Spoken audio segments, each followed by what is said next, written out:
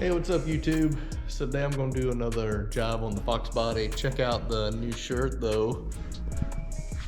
Right? Let's see if we can get this side of it too.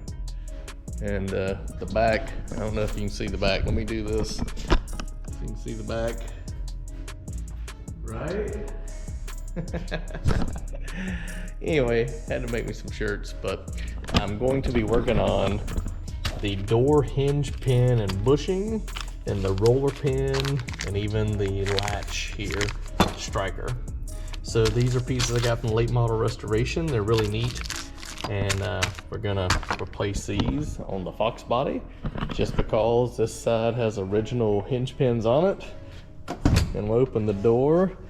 You see how it drops down right here, and then when I go to shut it, you gotta really push it and you'll see it goes up.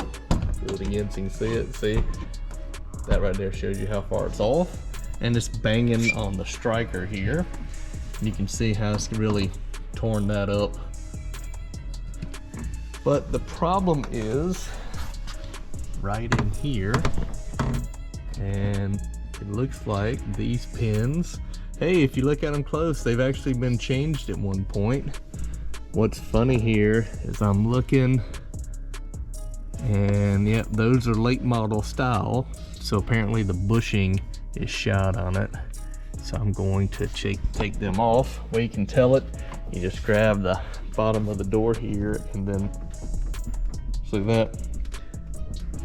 That's a lot of movement. So maybe it's temporary. I don't know how long they had been changed. That side's been changed. That side shuts really well, but this side clearly, you gotta really push it to get it in there. So I'm gonna fix it so the door closes easy. Is it a big deal? Not really, but it's just some of that stuff to make it right. Let me show you this side. So when you open it, see it doesn't really drop down at all, and then it shuts really nice. It's okay. Now I'll jump on that, show you what the process is to get it changed. Should be a quick video.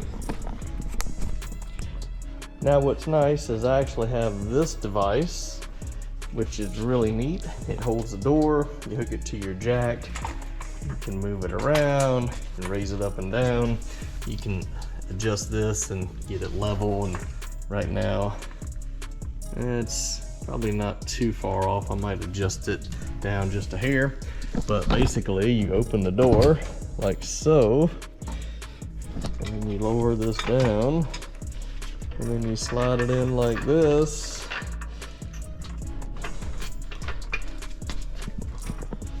Got me? And then you basically just do like that.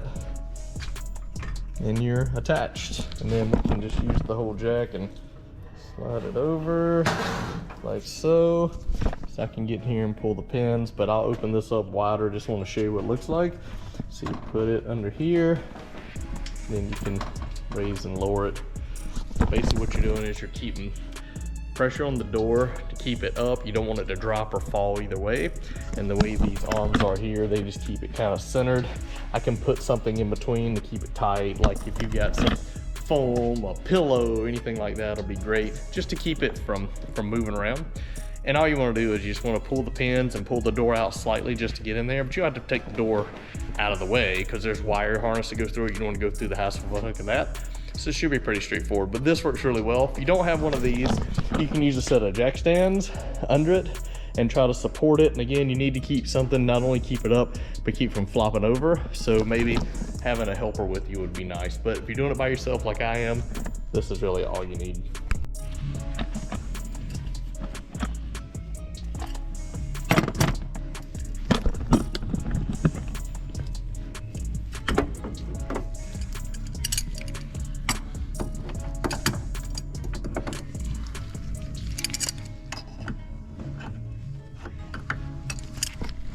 If you can't get your pin to line up, take some needle nose clamping pliers there, and then you can move this around. See there? Move it so you can actually get the pin out. So now I can go in here like this. I can snatch this pin out like that.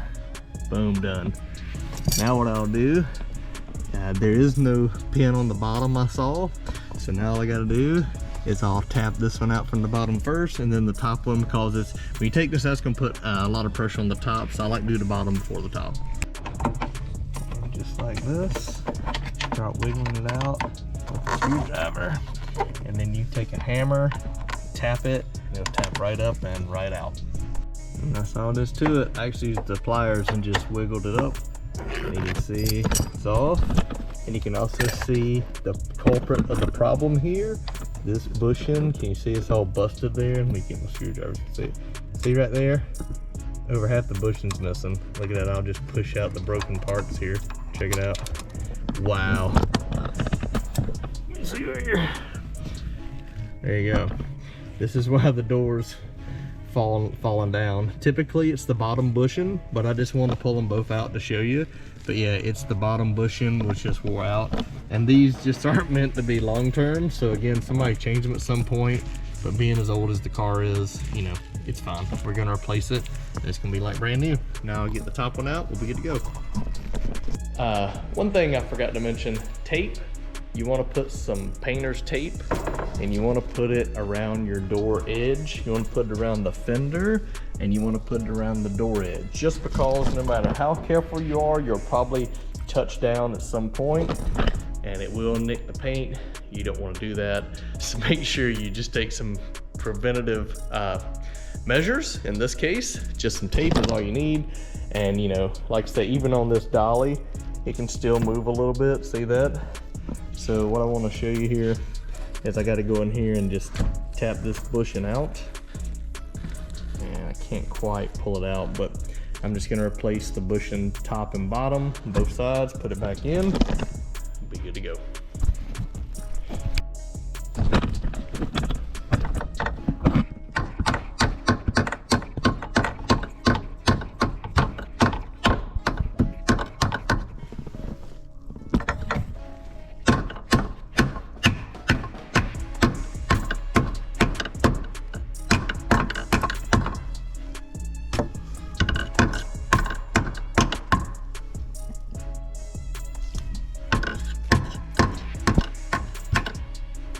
Just tap it in. Of course I did the bottom one first because it's the hardest one.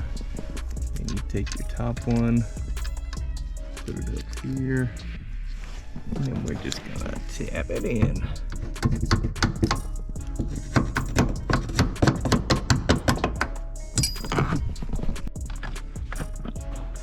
All right, a trick, because it's gonna be hard to get your hammer in here, is to actually take one of the old pins, put it up under here like this, and then you can hit that with your hammer and you can drive it into place.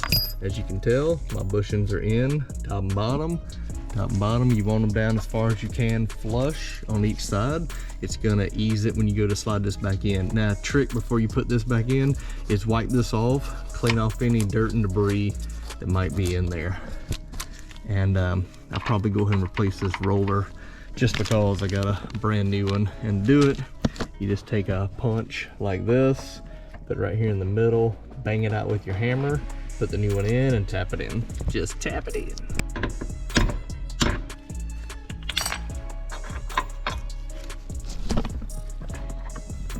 There's the old roller. I'll put in the new one, and I can even use the same pin if I want. Just drive it in, or I can drive it out and drive the new pin in from the top. Either way, doesn't matter. Again, as we talked about, my camera's gotten dirty again. As we talked about, you want to knock your pin in from the bottom first, and then we'll put our little clip in here to hold it. And it's a tight fit. So we'll get it started like this. And then we might have to use a hammer and tap that in there. Let's see.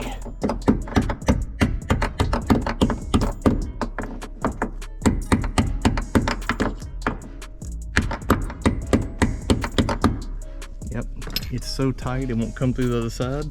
I may have to get the bottom pin in, and then I can tweak the door a little bit and get it all the way through. But for now, it's not gonna fall out. Our bushings are in. Our bushings are in here.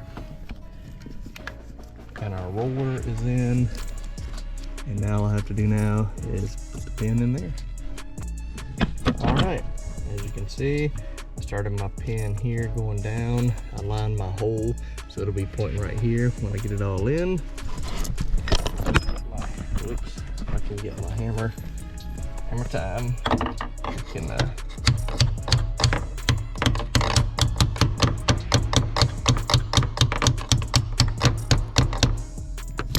all the way down. Done deal. And you see the hole. I just got to put my little clip in it, and then I'm gonna get my clip up there, and this part is done. All right, now we're gonna look at the door striker latch here. See how this one's kind of chewed up.